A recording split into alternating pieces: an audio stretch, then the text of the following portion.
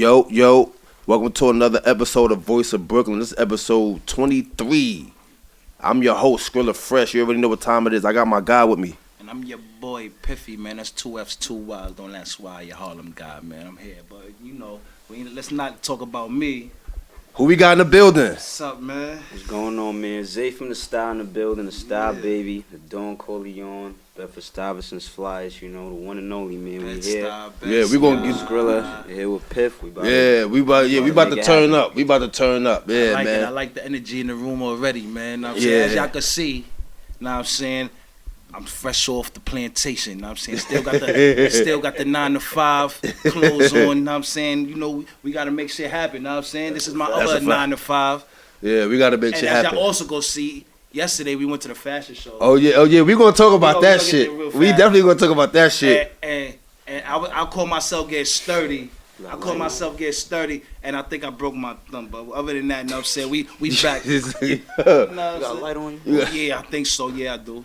Yeah, but but Zay, what's your story, bro? Like, give us how it all started, bro.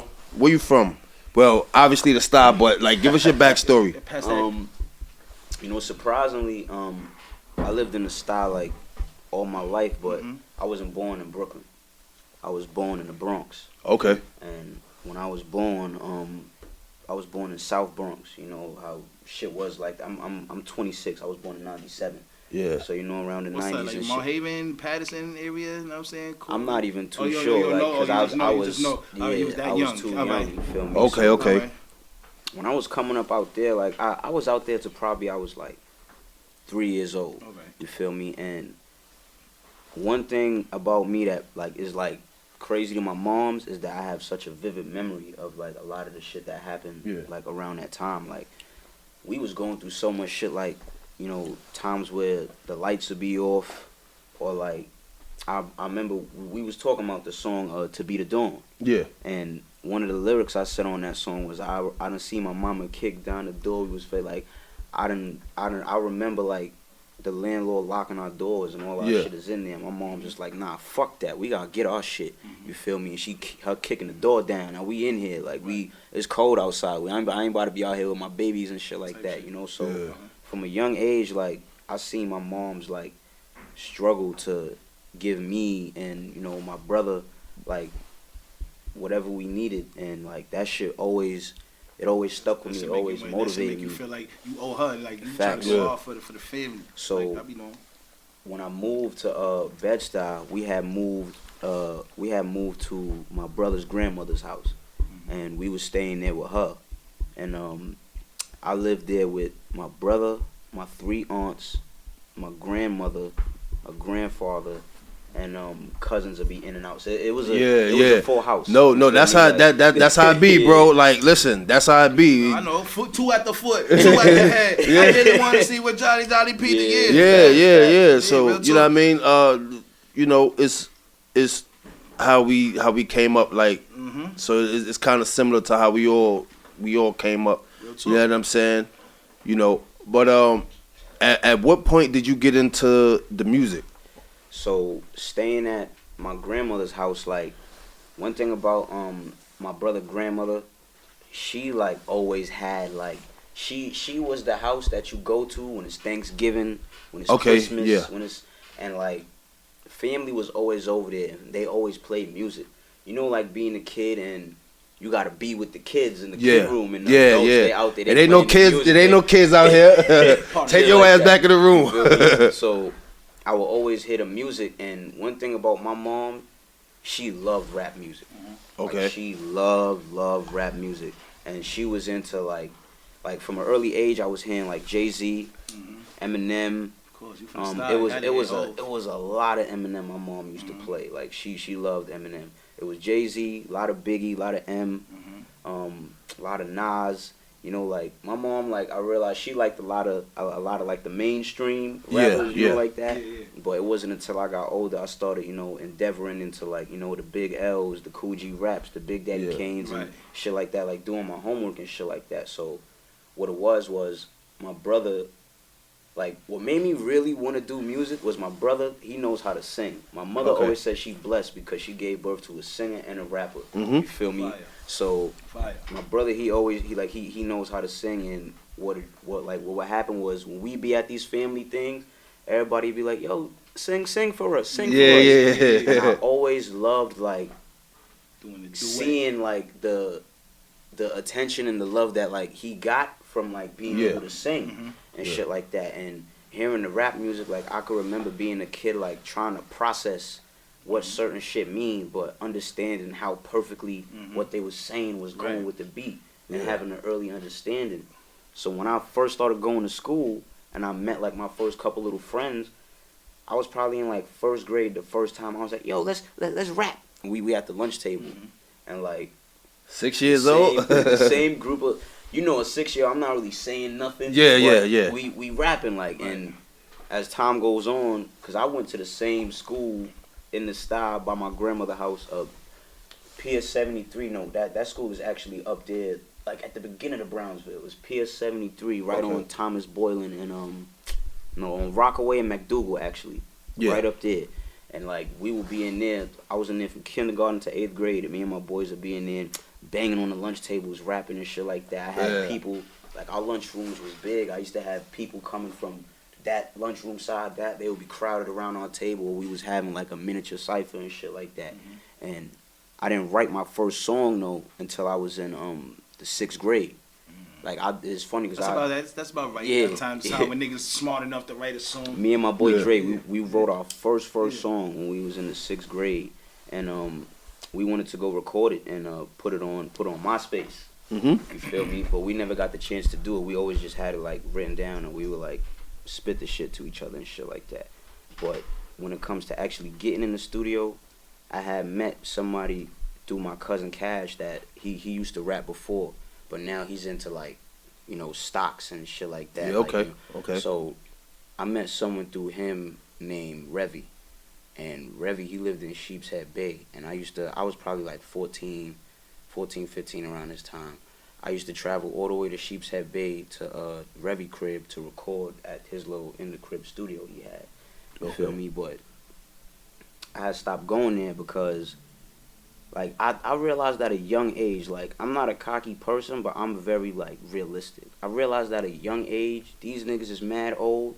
I'm 14 and I'm way better than these niggas. I feel like they just keeping me around because they want to like, you know, leech off of me or try to be like the niggas that's like, yo, we the niggas that had him first. You know, like, with us and shit like that. And I had to realize that, and my cousin, he started telling me like, yo, like, you gotta watch out for that nigga Revy because he just like a leech. You feel me? Not to talk down on nobody, but shout out to Revy and shit, my nigga. But you know, like niggas would tell me, yo, he a leech and shit like that. Revy was a white boy too. He was a white boy. Culture vulture they was trying to say. He was a white boy. He used to have like his other white homies would pull up and like it was. We ain't I ain't got no problems with white people and nothing like that. You feel me? Like they used to be in there and they was bug outs too at that. Like they was like the real pill poppers and they'd be like, I remember I was in the booth one day because he built his own wooden rectangular booth. You want to hit this, bro? I smoke what you did. Why not? He had his own rectangular booth, son. It was like a square, a box. I remember I'm in there and I'm recording. I just hear boom, boom, boom, boom. Nigga got one of the niggas down on the floor, he about to tase him. They wildin'. I'm like, what the fuck is going on in here? Shit felt like the White Death Row or some shit. You see like the NWO movie when Dr. Dre walked through the shit, all this wild shit going on. It felt like, I'm like, what the fuck is going on over here? Like, so I distanced myself. And I invested in my own laptop, microphone, and all of that shit. And I started recording in the crib. Once I started recording in the crib, I was just putting mixtapes out. And, like, people was really fucking with my shit. They was like, yo, like, your shit is, like, fire. But once again, me being realistic, I'm like, yo, the shit is good, but the engineering is not, like... Yeah. That's key to the success of a recording, bro. You can be as nice as you want to be, bro. If you fucking your engineering sucks, bro, nobody cares. Yeah, enough to cut you off. Yeah.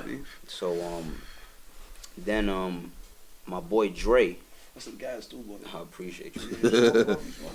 Nah. Sometimes, but sometimes. So my boy Dre, this like my right hand man. We wanted to find a studio to go to one day, and he hit up his uncle. Was crazy because poster right there. His uncle was a part of Smith and Wesson. Oh, okay. Yeah, shout out to them. And he asked I remember them niggas changed their name to the Cocoa Brothers. Remember that? I never knew that. Nah. They had to change their name. They felt like that name was too violent. Well, Really? I guess Main Street was saying their name was too violent. They was trying to push a Main Street record at the time. And they changed their name. They was the Cocoa Brothers for like one album. Wow. And then they went back. They went back to their roots. Yeah, they went back to this shit. You know what I'm saying? So what happened was we do that sometimes. Sometimes we go left. Yeah, nah, I fuck with it. I fuck with it. It's good conversation. You feel me? Yeah.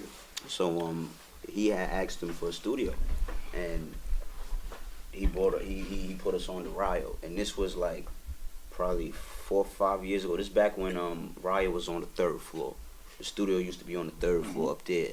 And shout out to Rio. Yeah, that's my nigga, man. We gonna get into Rio that a later, fake legend, not that's fake, my not nigga. even fake legend. I mean, like he's every an time I know a underground nigga, legend, like it don't even gotta be best. I didn't even have to say that. Like yo, what happened? We brought Rex up here, bro. The nigga couldn't believe he seen Rio in this. He like, yo, this nigga was what?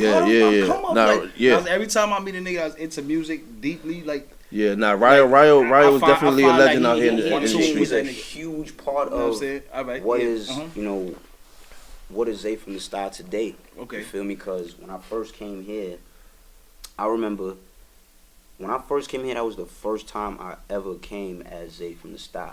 I had a different rap name before, you feel me? And what they used to call you, girl? We gonna my put name that out was there. My name was Isaiah Vincent, because my name is Isaiah.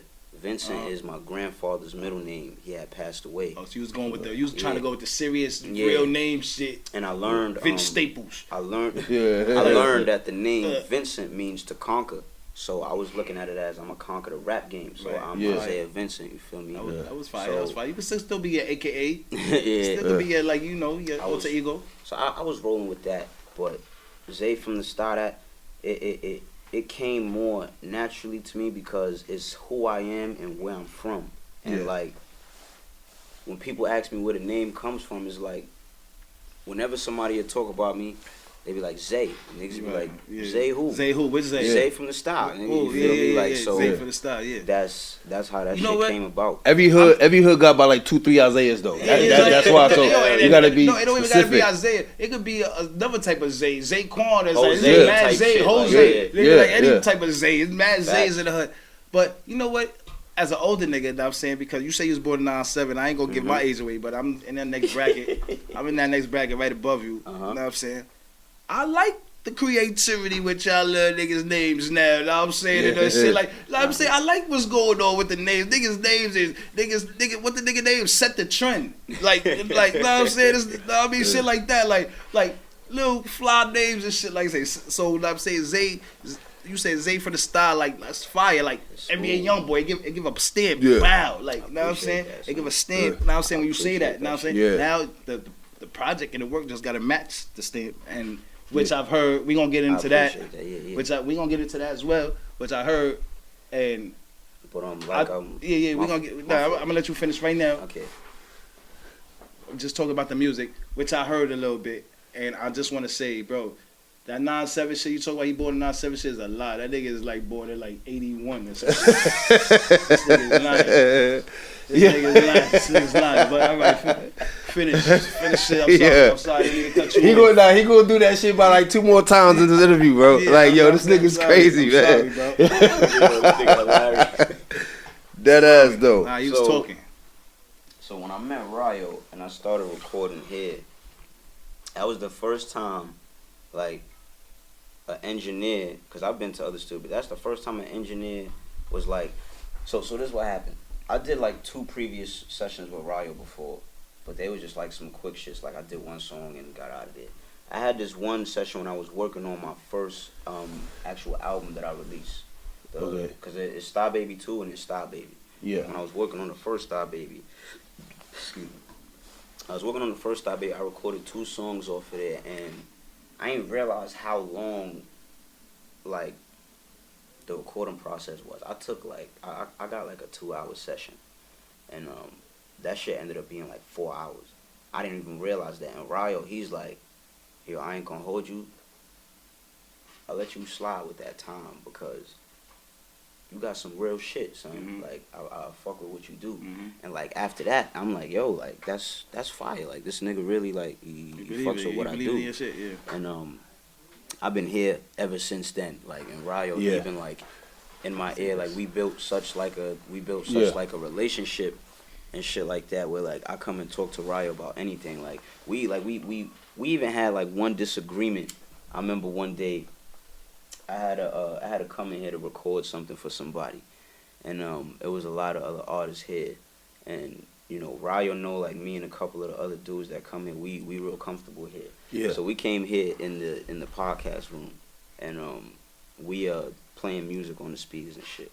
So Ryo he hit me up. He like, yo son, something wrong with the speaker, man. Da, da, da. I'm like, what? Mm-hmm. I'm like, we ain't like what you mean? Like we ain't I don't feel like I fucked up the speaker or whatever like that. And we had like a disagreement about that shit until it was like we sat down and we spoke about it, and like he even tell niggas like, yo, this is a nigga right here I was about to kick out the studio, but his music is too fucking good to feel me like so.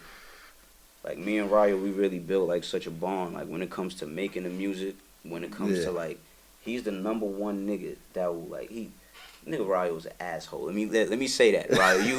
I love you, but you an asshole, right? He know. You feel me? He'll be on your ass, my nigga. But that's what niggas need. Niggas need that push sometimes. Somebody that's on your ass that's gonna talk that shit. Niggas need that push. Like, I get it. It have been times before where I took a long ass break from the studio and then I came back. He like, nigga, you still a rapper? Like, he like, you know, like he gonna say it like it is. He gonna really tell you what it is. I get that from him. I don't know. I just know him from just coming here and me and him here. Like I said, through mutuals. Well, I get that from him. Like, yo, nigga don't care if you don't care. Like, know what I'm saying? Yeah. If you don't care about your career, what the fuck he care? You just another somebody that's just going. Nigga, I remember. The studio. Nice.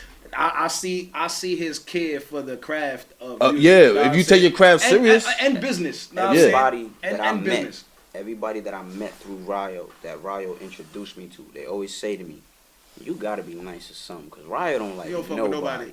Yeah, like he don't like nobody. He don't talk to niggas about nobody. He don't promote it. He don't fuck with nobody. Yeah. So you gotta be, something that's worthy of listening to. Nigga, he introduced us. Remember that shit? Like, he introduced us. All right, fun confession. I had 48 hours to listen to your shit. Mm-hmm. Because I didn't know who we had next. You know what I'm saying?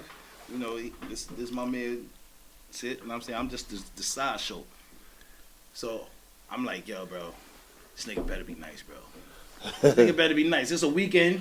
You know what I'm saying, bro? Like, I don't got time. Like, this nigga trash. I'm going to really listen. Even if you trash, I'm going to really listen to it. You know what I'm saying? Because this is what we do as, like, media and niggas that what we do. You know what I'm saying? So I listen to this shit. First couple of joints out the intro. Fire. Appreciate that. Intro out the intro fire. So I'm like, yo, this nigga got to be about, like, 30. You know what I'm saying? Like 33 or some shit like that. Cause, all right, so I brought that up to say, what inspires your beat selection? Where you get your beat selection it's from? It's so funny. I used to tell niggas I wanted to get signed to MMG. I ain't gonna front like Rick Ross type. Rick Ross, like sign him and stop playing. Speak it up. He like Rick Ross influences me like it's weird. Like me, J. Cole, and Rick Ross, we all got the same birthday. And like I pay attention to everything in life. I always tell all my homies like we all got street nigga friends, you feel me? I be around my street nigga friends, but I'm the nigga that's on the intellectual. I'm gonna tell y'all niggas about the universe and all this different like our history. Like if we sitting there talking, I'm gonna start talking eventually, you feel me? And I always tell niggas you gotta pay attention to all these numbers you see, certain things people say to you, shit that happens throughout the day. Everything is a sign from the universe, from God, you feel me? Trying to tell you something, you feel me? So I look at little things like that, and I look at the fact that them two niggas is nice, and I have what Ryo calls when you actually know how to rap. What sign is that? That's Aquarius. Me too, bro. When your birthday? The 4th. My shit just passed, bro. Happy birthday. That's my brother's birthday. Yo, bro, I swear to God, I didn't know that Rick Ross that's your brother's birthday, and J. Cole was bro. Aquarius. He a part of the game. Said, yo, he a part of the game. He's talking like if he's talking about Aquarius. That's what made me just say that out of nowhere. That's crazy. So I didn't know that, bro. But yeah, niggas like Rick Ross, he inspires like my beat selection. Just like the MMG, like I used to listen to them MMG albums all the time. I still listen to like Rick Ross. Like my favorite Rick Ross project is called The Black Dollar.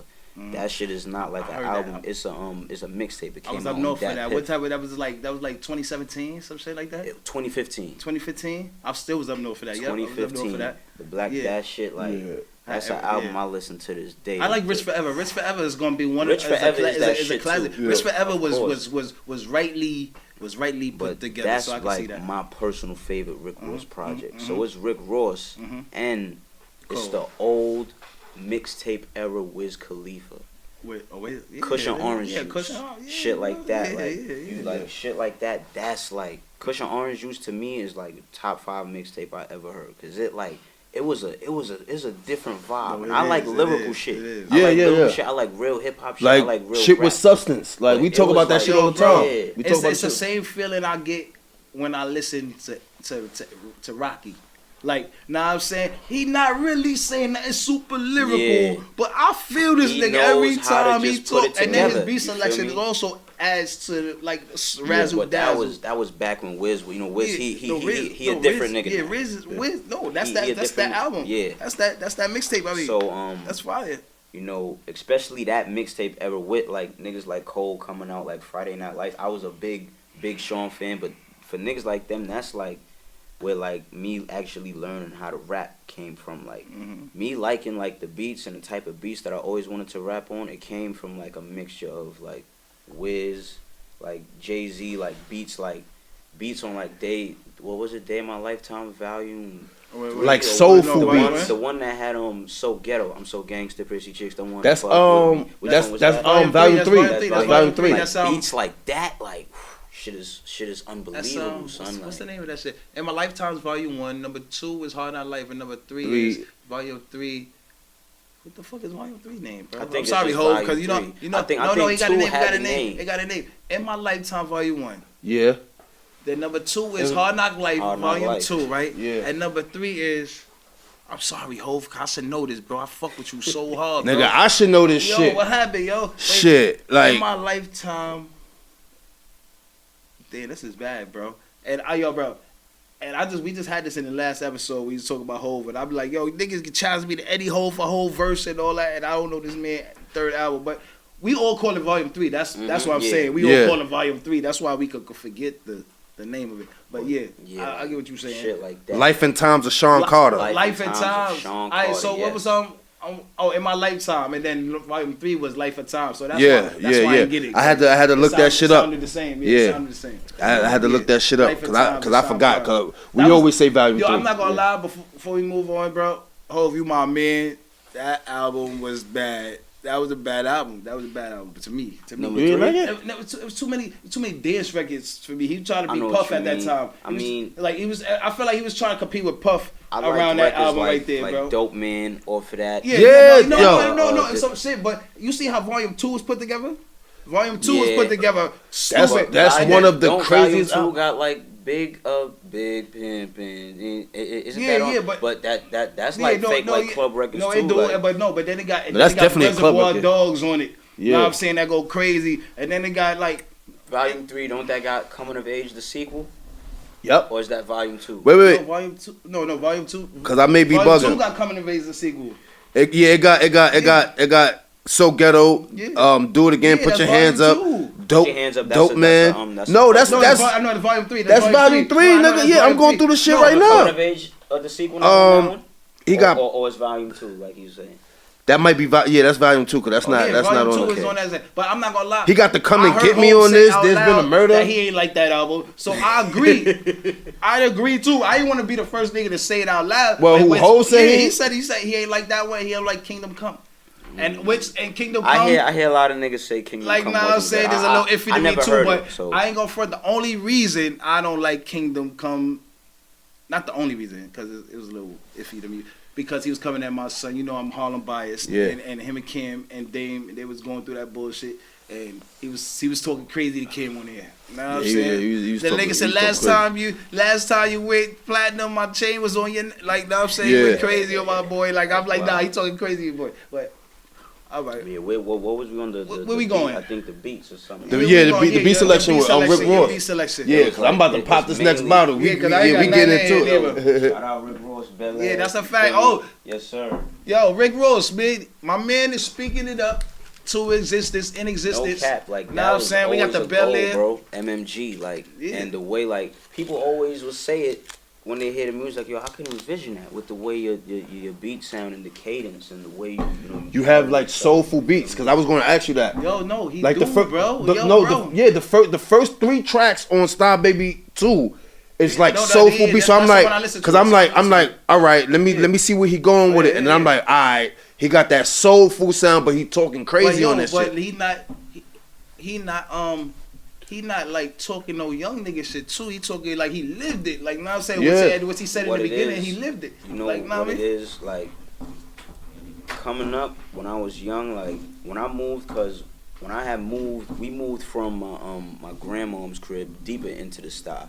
You feel me? And when I moved to where I am now, like, and I got like older and in tune with like my block and the people on my block, I wasn't hanging out with the young niggas. Right. Like, anybody on my block will tell you that. Like, my OG, his name is Shice. Shout out to Shice. What's up, Shice? He like, niggas will know, like, I be with Shice all day. I was never chilling with the other young niggas from my block. I chill with niggas my age, like my day one brother. You mentioned them in the song. Shice? Shiesty, yeah. Facts. Yeah. I'm listening, bro. I did my homework. I did my homework now. Yeah. You know what I'm saying? So, you got to. You know, niggas can't like, come up here if we don't do your homework. We don't do our homework. Niggas like Shiesty, niggas like Ron, my son K-Man, my man's Mel, rest in peace Mel. You feel me? Like, those was the niggas that I was around, and I always felt like I wanted to be around the older niggas because I was going through my own shit, and, you know, I would come to them for, you know, advice and different shit like that. And what it was for me, I didn't feel like hanging out with niggas my age was going to, like, benefit me, like, mentally, because I always wanted knowledge. That was the thing about me. I always wanted to gain knowledge. I always wanted to learn shit. And I always felt like a young nigga, we either went through the same amount of shit or I went through more than you went through, so it's really nothing that you could teach me. These older niggas, they done been through the shit. They experienced the shit. They had a point, you know, and these the old niggas that, like, ran the block when they was, like, my age and shit like that. So they could kick me game and tell me, like, how shit actually is. And a lot of that shit, like, understanding how to move and how to operate throughout the shit, it comes from being around them. You feel me? And the cadence and the way, like, even the way I talk, like, this nigga Kane Man done rubbed off on me. Like, he's like one of them older, like, one of them real funky niggas. Like, he always got, like, some smooth shit the way he's saying it. Like, oh, you like this, like, I can't even. Slick talking niggas. Slick nigga, like, I ain't gonna front. That's what niggas say about me all the time. Slick, like, well, this ain't about me right now. That niggas say that about me all the time. Like, they gotta be quick on that. Bang! Stop playing with me. Like, I got response for everything. A lot of that shit came from soaking in a lot of the knowledge, you know, from them and shit like that. So that's what, like, the, you know, niggas, like, even my niggas that's my age, they be like, yo, you be talking like you 47, nigga. Like, you feel me? Like, I can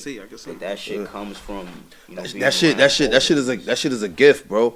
Like, when you got the vision, bro, like, shit just comes to you differently, and you know what I mean, the way you moving, you seeing certain shit and you putting certain things together and shit. Like, that's where that shit come from. Like, so that's why I always say, like, you got the vision, like, you know what I'm saying? And a lot of times, your mans or anybody else, they may not understand.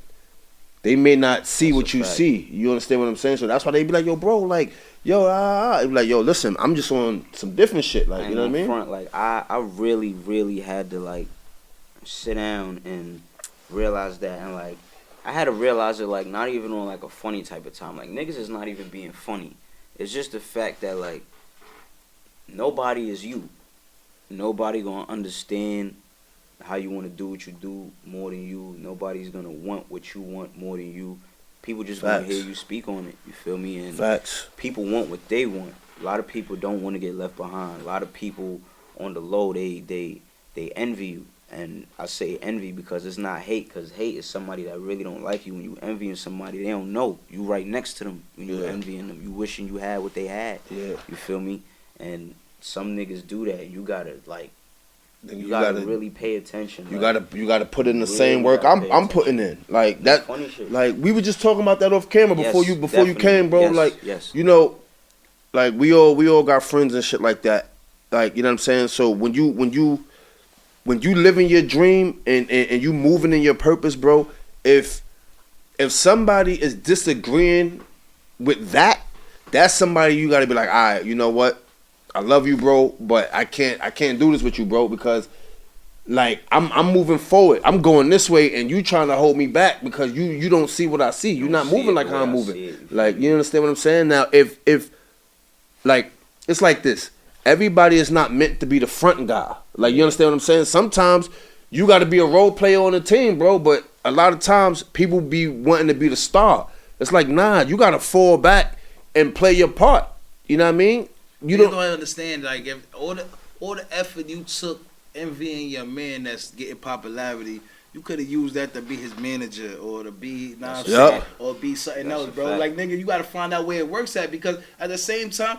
Perfect example, we ain't gonna get too deep, like just how LeBron found his agent. You know what I'm saying? Like, nigga, like, bro, nigga, you find a nigga that's gonna be loyal to you, bro, and it's gonna be a million niggas give you offers. As long as y'all stay loyal, you got that money. Yeah, and if you help me and you push me, nigga, we take it to the top. You think I'm gonna just cut you off and like, nah, nigga, we doing this together. That's the thing in music now. Right now in New York, the big thing, and somehow this always comes up every episode. New York drill.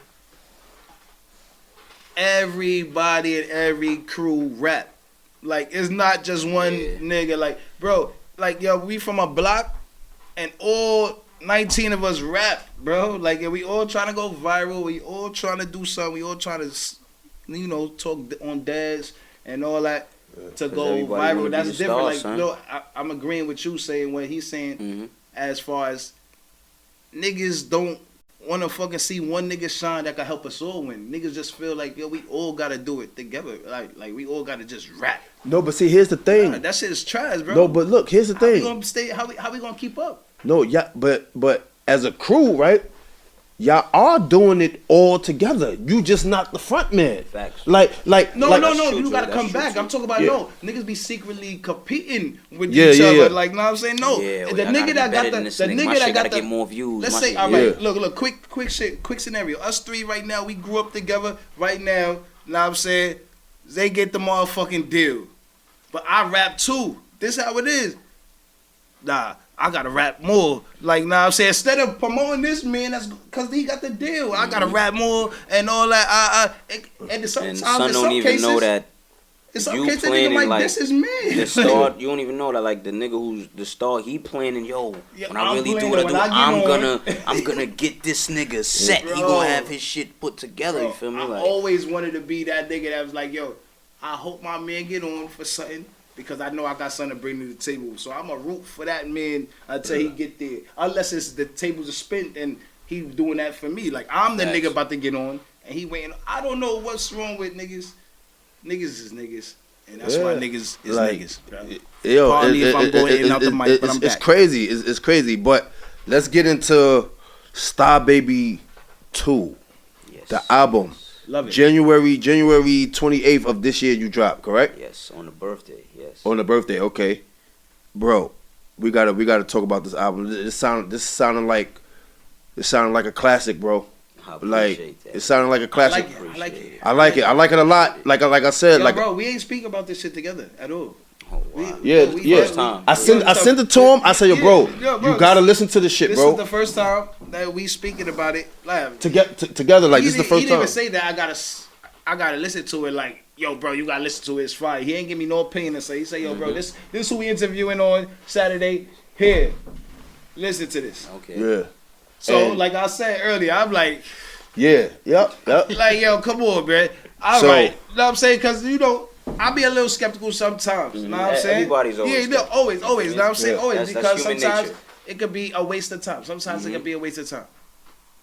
So I finally listened. I had the time to listen to it. I'm saying, I said, me being a fucking nigga that love rap and music, I rap myself, which I don't anymore, but I do sometimes. He retired right now. Yeah, I'm retired. Know what I'm saying? I'm still better than all y'all niggas. Like, don't play with me. Fuck y'all niggas talk about before I'll drop a fucking tape on y'all niggas and I'll be in the middle chair. I'm playing. But anyway, no. As me, as a rapper's fan, as a critic too, I'm like, nah, it's nothing bad I could really. I mean, it's things you could criticize on it, but no, it's nothing bad I could say. It's like, nah, son's trash. Nah, send him up. Yeah, we coming. We coming Saturday. Yeah, know what I'm saying. I can't wait. I can't wait to talk to bro. Beat selection. You got the soulful. You got the soulful sound. It's not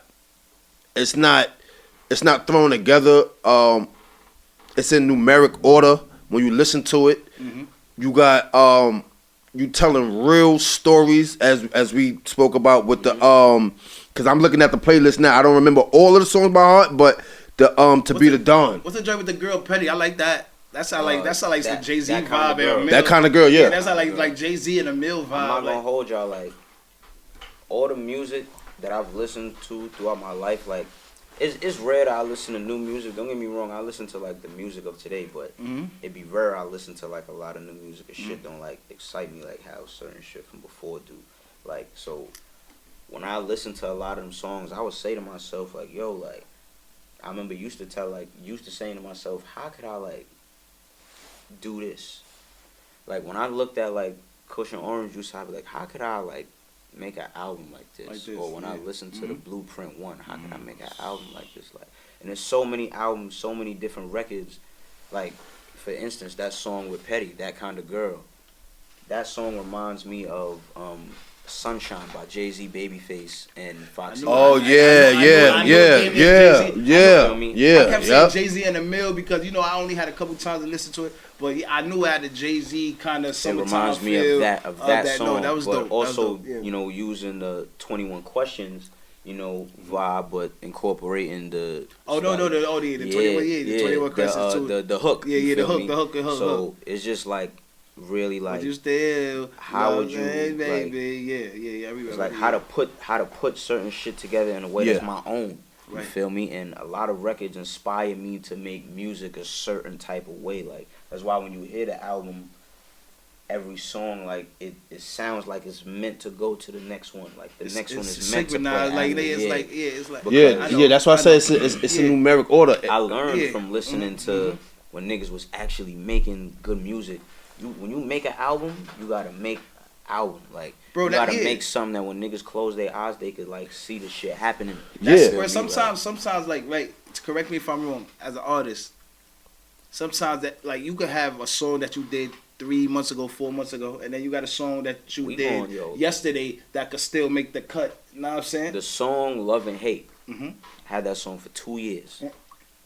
That's why I was going. That's why I was going. The one with Bars of De Niro on it. Yeah. That's why I was going. Had that shit for 2 years. It was a single song. It was just me. It was the hook, verse, hook. That was it. Right. But I was like still like trying to figure out how I'm gonna put my album together and shit like that. But I had that song for 2 years. I had How I Live. Because I had that one for 2 years. The same way Picasso ate back out of painting. Yeah.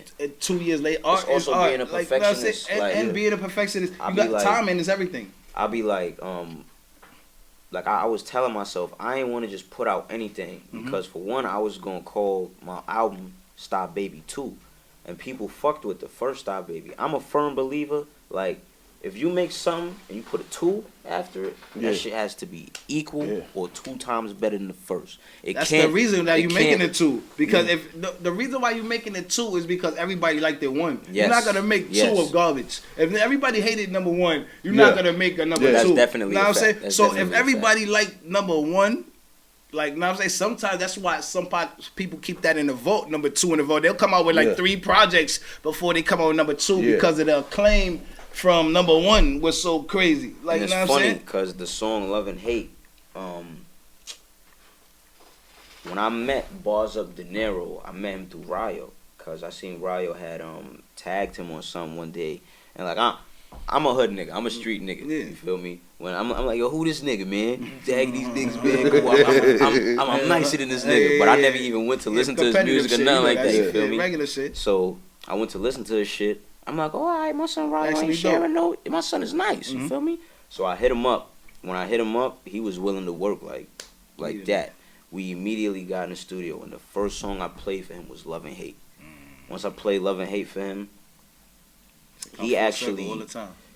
He had wrote something, but he ain't like it that much, so he went in there and did something fresh, like in the booth type shit. You feel me?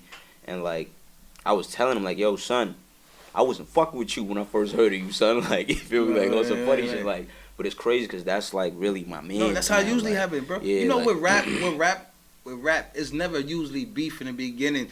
The public make a beef. Yeah, it be always friendly in the beginning. Usually, it's just like a friendly competition type shit. You feel we me? be happy with each other. We got a deal, but the public will make something out of something. Then you know we got entourages that might got real beef in the streets, and then it can happen like that. But like for the most part, as rappers, bro, niggas don't want to see nobody die. Like for the most part, you gotta be the lemonest of the lemonest lames.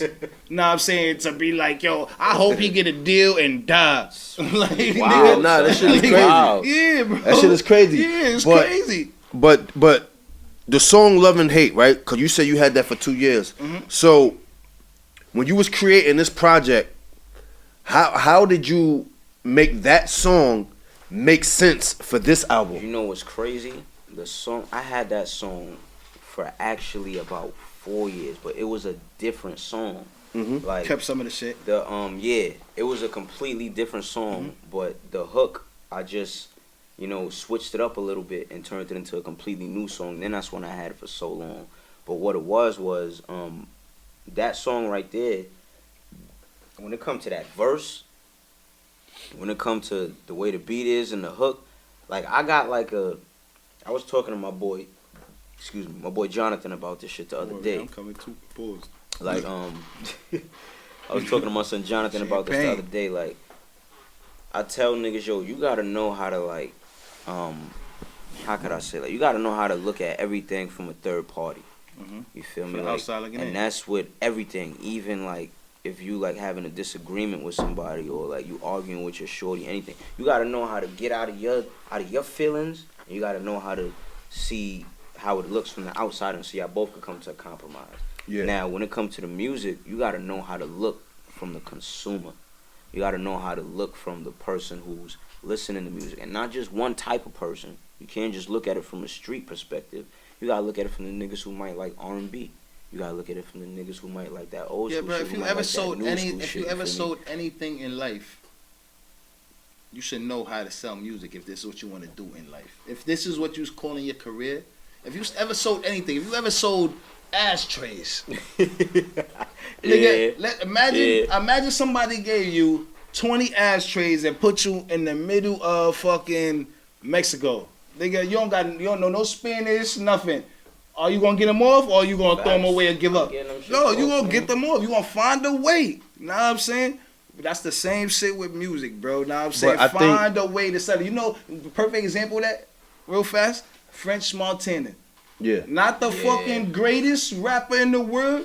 He gonna find a way to sell that motherfucking music though. You know what I'm saying? And shout out to French because he's from the circle from where I'm from. Actually just finished watching his interview on Mav Hoffa. Yeah, shit. Like, right. Like it's funny because I actually learned so much about French. French is so smart, bro. French is so smart. Nah, I met French. I met French in person. I ain't mean no disrespect or nothing, neither, bro. I'm just saying. And all of that shit. That shit was one of the smartest shits a nigga ever did. So yeah, right. That he's a hustler, bro. What was it? Coke Wave or Coke? Yeah, Coke Boys. You talk about the DVD shit. Yeah, you talk about the Coke DVDs. I think it was called Coke Wave or something. Coke City. Cocaine City. Cocaine City. Cocaine City. I said that. Cocaine City. Learning DVDs. About dumb shits. It was funny, him. like It was him, Smack, and Fendi shit. What's Fendi shit name was? I forgot. The Come Up. The Come Up. Yeah, Mickey came up from. I'm saying they was killing them in that funny shit. That generation. That shit was funny because I even like reached out to some of the OGs that I don't know, like, yo, y'all know about this shit? They're like, yeah, like we still got the DVD. I'm like, yo, y'all gotta let me see them. I gotta, cause I like to study. I like to see what was going on. They like, all on YouTube. They all on YouTube if you gotta watch it. I feel like a lot of these niggas, like the OG niggas, like we in like a phase right now when niggas get hot and they go away. Yeah. But it's the OG niggas that they OGs for a reason. We still know them for a reason. Nothing ain't really timeless no more. Nothing ain't really timeless no more. So with the music, like I always told myself, you gotta do shit that niggas is not doing, and it was just always a natural thing that when I wrote, music came out the way it came out. It never came out like how drill niggas rap or how the trap niggas rap or like it never came out like that. It always came out with me like actually like rapping. Like rapping. You like what you like. You rapping. That shit was just like better than how I am. Like me or anybody. Like you a rap. Yeah, the own way how you rap. Mm-hmm. But like, let's say drill came out, I'll do a song or two and experiment with it real fast. But that don't make me want to. I hate niggas that dick eat. You know what I'm saying? They jump on crazy? That shit, bro. If that's not your sound, don't do that, bro. That's not what you do. One thing, a lot of niggas they try to tell me like, yo, you should try to like, like do your listen shit, to that, bro. And I always like, I be like, nah, like don't listen to that. No funny shit. Don't listen to that. I always say is, yo, like, I'm gonna keep my shit how I do it because I know it's good. Like, and it works. Shit is hard. It works. You feel me? It works. But it's gonna be amazing to me, like when I make it where I want to make it in life, and I'm able to say, yo, it's niggas who wanted me to change. You feel me? It's niggas who didn't fuck with this shit. They wanted me to change. They wanted me to be something else because they didn't think that this shit was gonna be the shit that made it. Yeah, just like you told us, everybody fuck with you. Everybody you hear. You said hear your music, fuck with you. No funny shit like. I'm saying just how not I even told to sound you, cocky, bro. But I never met somebody cocky, that this is did rap. it. Yeah, nigga, like you're in a competitive sport, bro. 48 hours, I fucked with you. You know what I'm saying? I don't know how much I appreciate that. Bro fucked with you and all that. I'm saying this is the shit that I'm saying, and we not even look. We doing something new. This is my bros venture and all that. We doing something new. We probably not a top 10 podcast, but for us to even look at you, to bring you here, to even want to talk to you, you gotta be doing something right because, like, yo, not to even dig in nothing. Everybody can't come up here, bro. It's not no. You know what I'm saying? That's a fact. Everybody can't come up here, bro. You know what I'm saying? Everybody can't come up here. And remember, we had a conversation last year. I said, yo, bro, I'm gonna bring you up when you had the Star Baby 1 out. Yeah. But you was already telling me once you like get the album out and I see you like putting the videos out and the views getting up like shit like that, and it's funny because I remember that soon. I'm like, oh shit, this bro, like he hit me. That shit showed me like, yo, like I must be doing something right, bro. Yeah, bro. See it. See it. Like, and I didn't even have to like put it in like your face. I didn't have to be sending you shit. Nah, bro, just eat. Bro, I've been from the moment that Ryo introduced us, bro. Yeah. I've been watching. I've been paying attention. I've been listening. You understand what I'm saying? Because I tell people all the time, like, listen, I get DMs all the time, like, yo, bro, you need to bring me up there. I be like, all right, what you doing? And they're like, nah, I do this and I do that, but no, this is when, you know what I'm saying? This is when I gotta do the homework, bro. Like I said, I really don't have no say. I could be like, nah, this nigga, I don't like this nigga. You know, like he gonna be like, yes, he could come up here because he feels like if he wants to. But I'm saying we got that type of relationship where I'm saying like, but yo, everybody cannot come up here. Be niggas that be asking me all day, bro, and I be like, what do you do? Your biggest video got 250 views. Know what I'm saying? Like, why do you think I should interview you, bro? Like, why do you think I should interview you, bro? You gotta do more, bro. Niggas have 7 songs in 4 years with 2 videos and no mixtape and no album. You know what I'm saying? And we like the bottom. We like the people coming from the bottom up, bro. But no, that's not hustling. That's not hustling. Yo, bro, just because you rap, bro. You gotta keep the ball rolling. You can't keep it moving, bro. You can't have niggas forget about you. Like, see, that was my thing. When I dropped the first album, that was 2019. I just dropped the second one, and this is 2023. And I wasn't even working on the album for that long. I actually started working on the album because the only songs that was old, like I said, was Love and Hate and How I Live. I recorded all them songs that's on that shit last year. You feel me? Like, it was the whole year of me working. I recorded probably 20, 25 songs. So what is the process going into your projects when you making your album? Because making an album and a mixtape is different. So what is your process as far as making an album and putting your songs together? When I put together a project, like For one, I already know, like, it's like a feeling. I already know the vibe that I want the project to sound like. Like, excuse me, when I listen to it, I already know, because every song is different at the end of the day. But as a collective, like, you know how somebody could say, yo, that shit sound like a so-and-so song. That sound like that shit is off of this, because I ain't getting none of them feelings, so for none of y'all, but none of your I'm saying, like, you know how you could say, like, with anything, like, yo, like, this shit sound like Jay-Z, or this shit sound like Uzi, or this shit sound like, like, because that name or that category, it projects a certain vibe. No, the vibe, I already, like, always have in my head the vibe that I'm trying to capture when I'm making a album or, like, a project, period. And you're an artist, you're Aquarius, bro. They ain't gonna understand. They're not gonna really understand. I'm telling you, bro. Not to leave you out of this, bro. I know you. Listen, you know I'm saying? I don't rap, so I'm not you know what I'm saying? Like, they're not gonna understand how, like, meticulous and, like, know what I'm saying, Aquarius niggas is. Know what I'm saying? A lot of shit goes into like the process, bro. Cause I really talk sit about there it. And I say to myself, the intro, yo. I had the project done by August. I started working on it in probably February. Like 6 really months, working 6 on months. it. I finished it in like August. 6 months. What was actually holding me back was the intro song.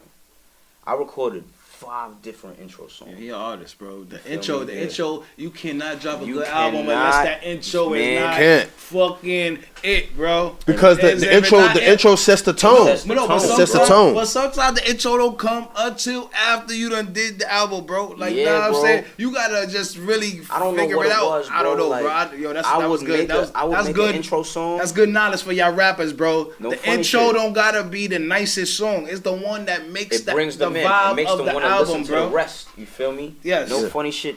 I will make an intro song. Good fire. And like I will be in the studio after I did it. Like, yeah, this is it. Like, I got this shit. Like, I will be writing. Yeah, this is it. This is finally it. Listen to the project as a whole. Nah, this shit don't fit. It's not like when I go into that, because Love and Hate is the second song. Right. When I go into that Love and Hate, it don't like. Yeah, it don't like. It ain't screaming your ears off. Love and Hate is outshining this shit. Right. You want the intro song to really be set the tone. It sets the tone. It was a funny thing for me, but these things change. Like, I knew I did a good job, and like I was proud of myself that I actually took my time with the intro song, cause when I dropped it, you know, songs like they had their favorites, they get stars. For a long time, that intro song was one of the 3 songs that was highlighted. You feel me? And I'm like, yo, I know how it goes. I'm like, the fact that I really took my time and recorded all them different introduction songs, and to see that people fuck with it, I'm like, yo, you gotta trust your process. Yeah, trust your process. That you have to. I always gotta trust my process. Why wouldn't you? You know, like, the only people that don't trust their process my nigga, is niggas that's using y'all somebody be on else's process. Y'all use FanDuel? I just started, yes. No funny shit. I be on FanDuel. I hit here and there, but I hit when I trust my process. When I sit there and I'm like, you know what? Nah, this nigga Braun gonna have 40 tonight. He gonna have 40. Kyrie gonna have 40. You know, Luka, he gonna have a triple double. Like, when you go like that, you fuck up. You fuck up because you think expectations is higher than reality. And that's another thing. Like, dropping the project. When I dropped my first project, the Star Baby one, I ain't gonna front. I got discouraged because I had so much. Like, I still got the confidence in myself, but I didn't understand music, like industry wise and hard work wise and getting your name out there wise. I thought I was just gonna drop this shit. A couple niggas was gonna hear it. They gonna tell everybody, and the shit gonna pop. And I mean, it got its plays. You gotta do the footwork. But it didn't do what I expected, so I got discouraged. Not because I felt like it was whack, because no one said it was whack, but I felt like, yo, so what is it? Why am I not like? What's happening? Like, it wasn't until time went on, being around Ryo, being around a couple of the other homies that I got that are like involved in this music shit and around this type of shit, who actually was there to help me and explain to me and make me realize, nah, bro, you gotta do more than just the music. The music is only 10%. That's a fact. Bro, you gotta have your business plan. This nigga is the smartest nigga I know. Like, you know what I'm saying? Because you know why, bro? You know why, bro? What he's saying and where he going is exactly where I was just about to say. I was just trying to wait for you to finish going. I was about to say basically the same exact thing. You know what I'm saying? So this is personally to you. We ain't gonna talk about nobody else. All right. You're nice. I appreciate that. All right, bro. look, hold on. I appreciate it, son. Listen, this is the keep it real segment. Know what I'm saying? You're nice. You're fire. You're That's dope. a fact. What's next? Like, what's the management issue? What's going on with the rest? Why can't? What's going on with Zay from the Style? What's going on? What's going on next? Know what I'm saying? That's gonna make you propel to the next shit because everybody nice, bro. Surprisingly, bro. When I put this album out, I ain't put no expectations on it. Mm-hmm. I just said to myself, I'm gonna make an album that I feel like is a good album, that I feel like is a good hip hop album that sits right with me. Cause I'm not gonna put out nothing that don't sit right with me. But who you trying to track? Are you trying to just track? All right.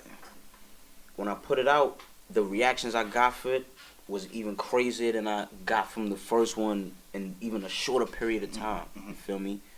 And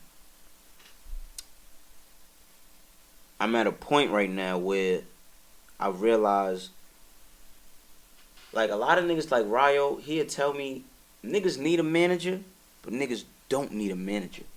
Niggas don't need, like, you can do all of this shit yourself. You could go print up your own shirts. Yeah, it's just more work. That's all. You could do the footwork and go. I agree. When you are a smaller artist than what you are, when you starting, yes.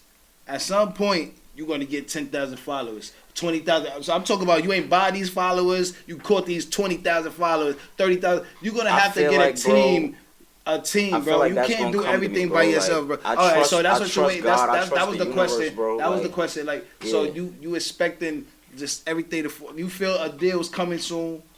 I'm not gonna say like I feel like a deal is coming soon, because I don't like to put like certain expectations on the time limit, because when you reach that time limit and shit don't happen, you still young. You ain't Rusty, you ain't speed, you young. It's disappointment when you have expectations and those expectations is not met. Then you feel disappointed, like, yo, damn, I failed, or this situation failed. But too fucking. Now I say beat that up real fast. We rappers, right? Yeah. Niggas they gonna cry for you because you ain't making it as a rapper. They gonna tell you go work, nigga. That's what they gonna tell you, nigga. You wanted to be a rapper, so what you gonna do? What you gonna do to fucking be great at this shit, nigga? Else go work, nigga. Like nigga, nobody telling you go shoot nobody, be a drug dealer. Nigga, if this rap shit not working, go work. Know what I'm saying? So what are you gonna do to make yourself special with this shit? Because everybody right now is rapping. Yeah. But I see something special in you, which I know you heard a million times. The reason why I just keep bringing this up, because I felt this at one time. Everybody told me this at one time, bro. It's something was special, and I missed it, bro. Like, I ain't gonna say I missed it. I missed it as far as rapping. But I ain't miss as far as like niggas we gonna get these millions together. But I miss that calling when everybody say, yo, Piff, yo, something is fucking special about you. You fucking nice, bro. If I'm lying, I'm flying. Everybody that watched this, that ever heard anything I put, said that. You know, nigga, I said that, nigga. Like, yo, this nigga, like, you nice, nigga. What you doing with this shit? The streets just took over me. Like, I'm saying, I didn't have time to do both. This is why I like talking to the younger artists like y'all, know what I'm saying? Because, bro, it's gonna be times you like, yo, bro, like, all right, they telling me to work, but I'm trying to be a rapper, but the rap ain't fucking coming in too good. So what I'm gonna do? Sell drugs, like, and then it can get crazy, and then you could, you know what it is? End up going. I don't feel like I'm gonna go a different direction because I love it. No, I love that. It's a passion, bro. Yeah. It's a passion. Like, I remember being younger, sitting and just envisioning, like, you know, 100,000 fans, 20,000 fans singing my shit without me even having to say a word, just holding the microphone to the crowd. You feel me? Like, shit like that, bro. Like, it's just like about consistency, bro. Yeah. Like, my goal, like, for the year right now is to shoot a video to every song on that project. I'm putting you gotta have the voice of Brooklyn on the set, man. Y'all heard this shit. Y'all heard it here first.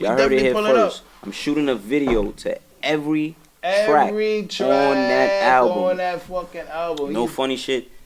I want y'all to pull up because the next video that I'm gonna be shooting, the big video, I want to be there for that one, bro. Yes, we bringing the whole hood outside for Big. I gotta be there for that one. We bringing the whole hood outside for Big. All you gotta do is send us a text or you know what I'm saying, a call, and we gonna pull up. You heard it here first, Skrilla. Look for the Skrilla and Piff. And the Skrilla. Yeah, Voice of Brooklyn. We outside. Yeah, we outside. Know that, bro. But yo, I don't think we got all night. How much more time we got, bro? We about to close it out right now. But yo, bro, this was one of my funnest interviews, bro. I appreciate it, bro. Like I ain't gonna front. That. I ain't gonna drag it. So everybody who do interviews and all that, this is how you supposed to conduct yourself, like in an interview, bro. Like now I'm saying, answer the questions. Now I'm saying. And do what the fuck you doing, like, bro, without being yourself, dude, bro. I like niggas that be themselves, bro. When it comes to this music shit, bro, like outside in the street on the block, that's what that is, bro. Right. But when it comes to this music shit, cause this is a business, and when you in a business, you want to build relationships. You feel me? I'm not going to tarnish my name. I'm not going to tarnish who I am. Out here with niggas like you, who can actually help me propel myself to where I want to get. And we trying to stay free. If I do get there, we trying to stay free. If I do get there, I'm gonna be able to say, yo, these niggas helped me, and I'm be able to help y'all as well. You feel me? Like, it's about showing love. And I appreciate that, bro. You signed that. I'm not gonna lie, I'm one of them niggas. You signed that $10 million deal, bro. I'm spinning the block, bro. Yo, bro, you don't remember? I told you, I said you gonna do this shit like 2-3 more times, bro. You don't remember? You was on our shit, bro. You know what I'm saying? We believed in you. It wasn't fake love or nothing. This ain't no fake love over here. I appreciate it, yo. I appreciate it. Yo, but there's some real shit because me and bro already chopped it up about. That's a fact. Like doing this shit, and we here now, so I appreciate you for this shit. Yo, bro. I appreciate you. I before we niggas, man. Hold on, we about to play this nigga. Wait, hold on, not yet. Hold on, Pip. Not yet. Pull back up. Not yet. Not yet. Before we wrap this up, right?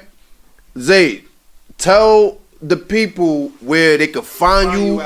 Tell them your IG, where give them your handle, where they can find your music, everything. Like, tell them everything. Talk your shit. This is your time. Yo, it's Zay from the Stuy here, man. The Stuy baby, the Don Corleone, man. Bedford Stuyvesant's Flyers. You know what it is, man.